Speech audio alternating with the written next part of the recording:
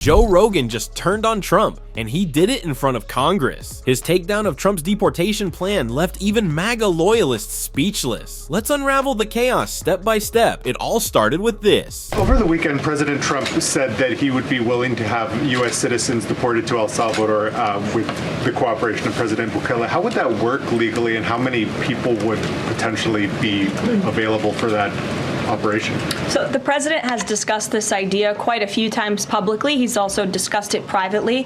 You're referring to the president's idea for American citizens to potentially be deported. These would be heinous, violent criminals who have broken our nation's laws repeatedly, and these are violent repeat offenders in American streets. The president has said if it's legal, right, if there is a legal pathway to do that. He's not sure. We are not sure if there is. It's an idea that he has simply floated and has discussed very publicly as in the effort of transparency. Let's break this down. Trump wants to deport U.S. citizens, actual Americans, to El Salvador because he thinks, what? That citizenship is just a mood? This is not just a bad idea. It's cartoonishly unconstitutional. Like, someone give this man a middle school civics book level bad. The fact that Trump, a guy with more indictments than successful marriages, thinks he's the one who gets to decide who belongs in the country. That's not law and order. That's just delusion with a spray tan. And the reason this got so much blowback, even from the usual MAGA enablers, it's because this is the stuff authoritarian regimes dream of. It's about creating fear. It's about silencing dissent. Trump is basically saying, mess with me, I'll ship you out, even if you're a US citizen. But it gets even worse, because this mess made its way all the way to Congress, and the roasting started with a name you need to know, Robert Garcia. He has sent them instead to a brutal foreign prison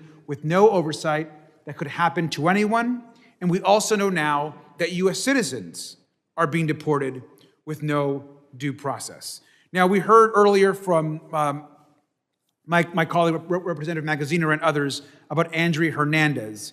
Mr. Romero was a gay designer and hairdresser who was falsely accused of gang affiliations because of simple tattoos that he had. He has no criminal record, is from a community that celebrates the King's Festival, which is why he had a crown tattoo, and now he's in danger. And even though he passed a credible fear interview, he's being held in horrific conditions. And let's remember, he actually went to his appointment he was given by our own government, showed up to the appointment, and then was deported with no due process.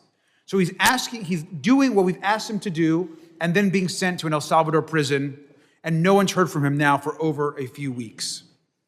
We know that Donald Trump has no credible evidence that he was involved in any sort of gang activity, and instead is violating his rights of due process, of which every person in this country has.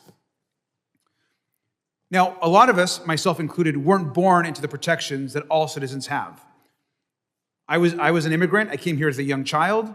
I've had to go through paperwork. I've had to stand in long lines. I've learned English, and I've gone through many of the things that other migrants in this country go through. I've lived a large part of my life not a U.S. citizen.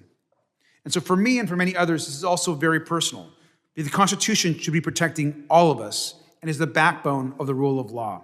This amendment is for due process, for what I believe are true American values, and I urge everyone to support it, and I yield back, Mr. Chairman. Trump's fantasy of playing dictator just hit a terrifying new chapter. And this next clip, it's a gut punch. Because here, Representative Robert Garcia lays out a story so outrageous, it sounds like something ripped from a dystopian novel. But nope, this is Trump's America we're talking about. This isn't about border security or tough on crime. This is about a gay immigrant designer, Andrea Hernandez, who was literally deported without a single shred of evidence because of a tattoo, a crown tattoo. Why? Because his community celebrates a festival called King's Day. That's it. Not a gang sign, not a crime, just culture. And even after passing a credible fear interview, even after showing up to a government scheduled appointment like he was supposed to, he was snatched up and sent to a foreign prison where no one has heard from him in weeks. Let that sink in. The government told him to show up. He did. They deported him anyway. This isn't just a mistake. This is what happens when you give unchecked power to a man who sees the Constitution as optional. Trump isn't just targeting immigrants. He's targeting citizens, due process, and basic human decency. And Garcia, he's not just testifying, he's ringing the damn alarm. Round them all up,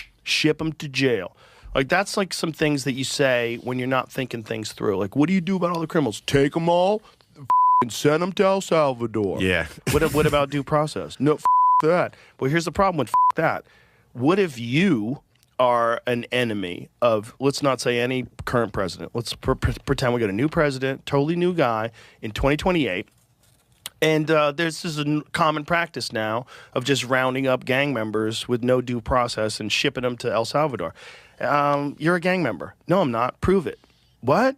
I got to go to court. No, Yeah. no due process. That's Right? dangerous, Joe. That's dangerous. dangerous. That's dangerous. That's dangerous. We got to be careful that we don't become monsters while we're fighting monsters. And I think due process exists for a reason, and the reason is it is horrific for someone to be accused of something they didn't do, be imprisoned for crimes they didn't commit, and then live in a cell, live in a cage with a bunch of People who did commit. Here it is, Benjamin Franklin. It's better 100 guilty persons should escape than one innocent person should suffer. That is wisdom Yeah.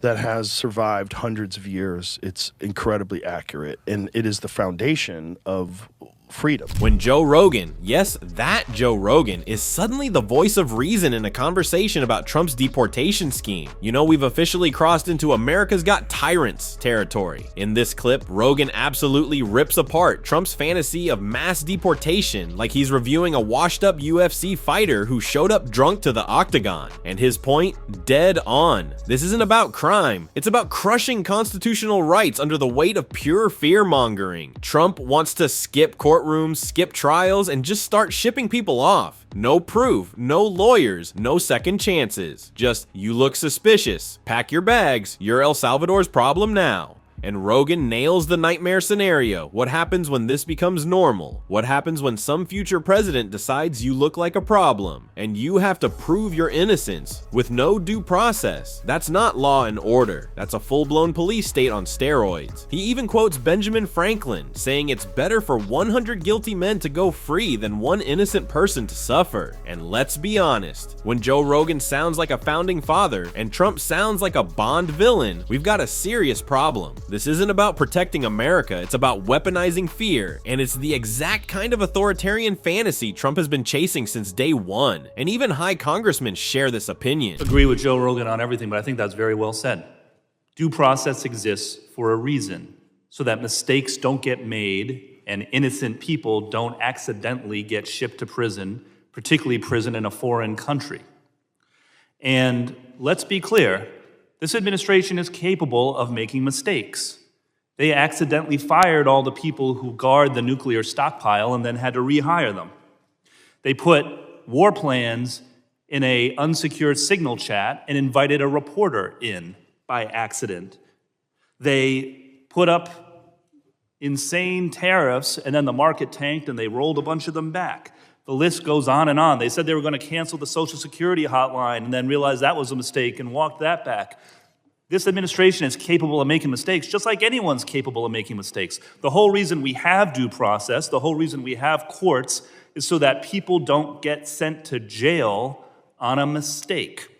That is why Mr. Garcia's amendment is so important.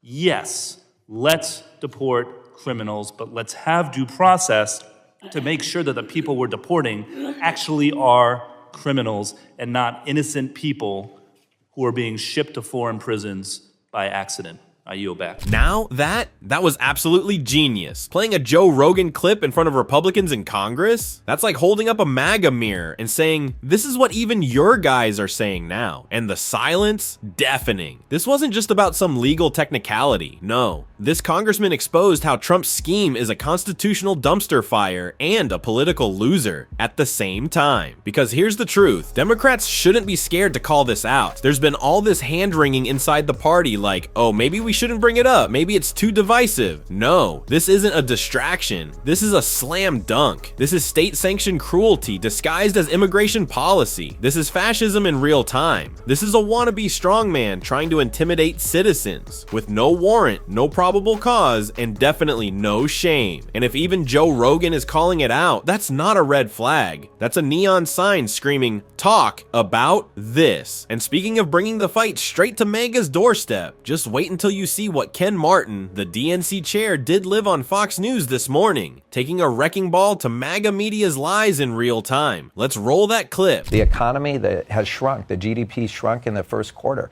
We actually are seeing a very high likelihood that we're headed towards a recession. Now look, Donald Trump made a lot of promises to Americans last year, and this budget that he's bringing forward is actually going to increase prices for most hardworking Americans. The tariffs that he's put on for sure are going to increase prices for the hardworking Americans, that many of them who voted for him. So the reality is that's where we're focused on right now. This budget he's bringing forward, which is going to cut Medicaid, all to give a tax break to the richest people in this country and corporations, and not helping hardworking Americans. Ken Martin just went on Fox News and delivered what can only be described as a reality check with extra sting, and he did it with a smirk. He laid it out plain and brutal. Trump's economy already shrinking, GDP is down, recession is looming, and the only thing Trump's budget plan seems to grow is the bank accounts of billionaires and corporate donors. And here's the kicker: the very working class voters Trump loves to parade around as his base. They're the ones getting hit the hardest. Higher prices, higher costs, all thanks to Trump's tariffs and cuts. And what's he slashing to make room for those tax breaks? Medicaid. So yes, less healthcare for you, more yachts for them. Martin's message was clear. This isn't a populist plan. It's a con job wrapped in a red tie and sold to voters like snake oil. And now that the consequences are setting in, even MAGA world is starting to feel the burn. To be clear, and I know people have a lot of concerns, but he told Time Magazine he would actually veto anything that came before him that was a cut to Medicaid. So obviously we're all going to track that because that's a promise made that he has made on numerous occasions. I want to talk about some of the inter-party turmoil you're having to referee as the new chair of the DNC. There's this disagreement that's been very public between sort of the old guard, James Carville, the new progressive voice, and David Hogg. People can have appreciation within the party for both of them, but that has been clear. There's an issue. As to reports that David Hogg is raising money to primary Democrat incumbents, Mr. Carville called it, and I will quote, jackassery of the highest level. Have you talked to the two of them about ironing this out as you try to get a cohesive message moving forward? I have talked to both of them, and let me just say this. We're a big tent party, right? We have a lot of different voices for sure. I like David Hogg a lot. I think he's an amazing young leader. But for me, this has always been about making sure that no party boss ever puts its thumb on the scale. In our party primary process, we should stay out. Our job is to be the referee, to call the balls and strikes, to make sure that we actually have a fair and level playing field so all voices can participate, all people can feel like their candidates they support have an opportunity to compete. No party leader at any level should be putting its thumb on the scale, and it's really important to me. I campaigned on this as I was running for chair. I was the person who brought forward the superdelegate reform in 2017, as well as a neutrality pledge in 2017. It's part of who I am, and so this disagreement right now within the party, it's really not a disagreement. We're going to pass this neutrality pledge because it's a principle that's really important to me. Our party has to be completely neutral. Once the primary voters choose a nominee for us, whether it's presidential or otherwise, we're going to work like hell to support whoever that is, but it's not up to party leaders to choose that nominee. Ken Martin just made one thing very clear. He's not here to coddle egos. He's here to restore order to a party that still believes in something called democracy. When the Carville versus David Hogg drama came up, Martin didn't choose a side. He took a stand. He reminded everyone the Democratic Party is a big tent, and that means no secret deals, no party bosses tipping the scale, and absolutely no political coronations. Whether it's the old school strategists or the next gen progressives, his message was loud and simple. The process must be fair, neutral, and transparent, and he brought the receipts. This is the same guy who pushed through the superdelegate reforms in 2017 and made the neutrality pledge a cornerstone of his platform. Because in a world where Donald Trump wants to run America like some kind of banana republic, it's honestly refreshing to see someone who isn't just talking about democracy, he's out here actually defending it. Okay, I want to talk about this. Ashley Etienne, who used to run an anti-Trump sort of war room for Speaker Pelosi, says they were very effective, and she's worried that Democrats aren't kind of following their policies or some of the ways that the speaker got things done. She said this week that either you or Chuck Schumer or Hakeem Jeffries have to take the reins. She said, take the power and say, here is where we're going. She says you haven't done that. Is she wrong? Well, let me just say this. I mean, there's lots of people with lots of different ideas out there. I'm not here to win the argument. I'm here to win elections. And that's what I'm fiercely focused on right now, is building the infrastructure to do that. Look, we've had 100 town halls in over 45 states just in the last 6 weeks alone because Republicans have refused to listen to their constituents, right? And if they're not going to do their jobs, we'll do it for them. I think the reason they don't want town halls is because of all the pain and the anguish that's being inflicted upon the American people. They don't want people to see that. We're going to make damn well sure that Americans see what exactly is happening to thousands and hundreds of thousands of people's lives throughout this country. And so, no, we're fighting back. Our party, while we're very diverse, of course, our party is unified in making sure that we stand up and deliver on the promises that we've made to the American people. Now, look, I've said this multiple times. We can't just resist Donald Trump. Sure, we have to do that. But we also have to give people in this country a sense of who we are, what we're fighting for, and why. And that means we give them the alternative. We give them a sense of what we would do if we're put back in power. And we're doing both. Ken Martin just sent a message to every Democrat sitting on the sidelines. This is not the time to stay quiet. This is the time to show up, speak loudly, and go straight into MAGA territory. Not to argue, but to dominate. He's not here to be a pundit. He's here to win elections. And that means town halls in 45 plus states, not hiding behind cable news segments. It means confronting the GOP's failures face to face, exposing the damage they've caused, and doing it with confidence, clarity, and a clear plan for what Democrats will do next. And let's be honest, we need more of this energy. More Democrats like Pete Buttigieg marching into right-wing echo chambers and wrecking shop with facts, values, and vision. If we could clone Pete, we would. But until that tech drops, we need more bold voices stepping up now. And yes, Ken Martin did it on Fox, and we're gonna keep doing it right here. And speaking of right-wing spaces, you are not going to believe what happened. Click here to see the next drama.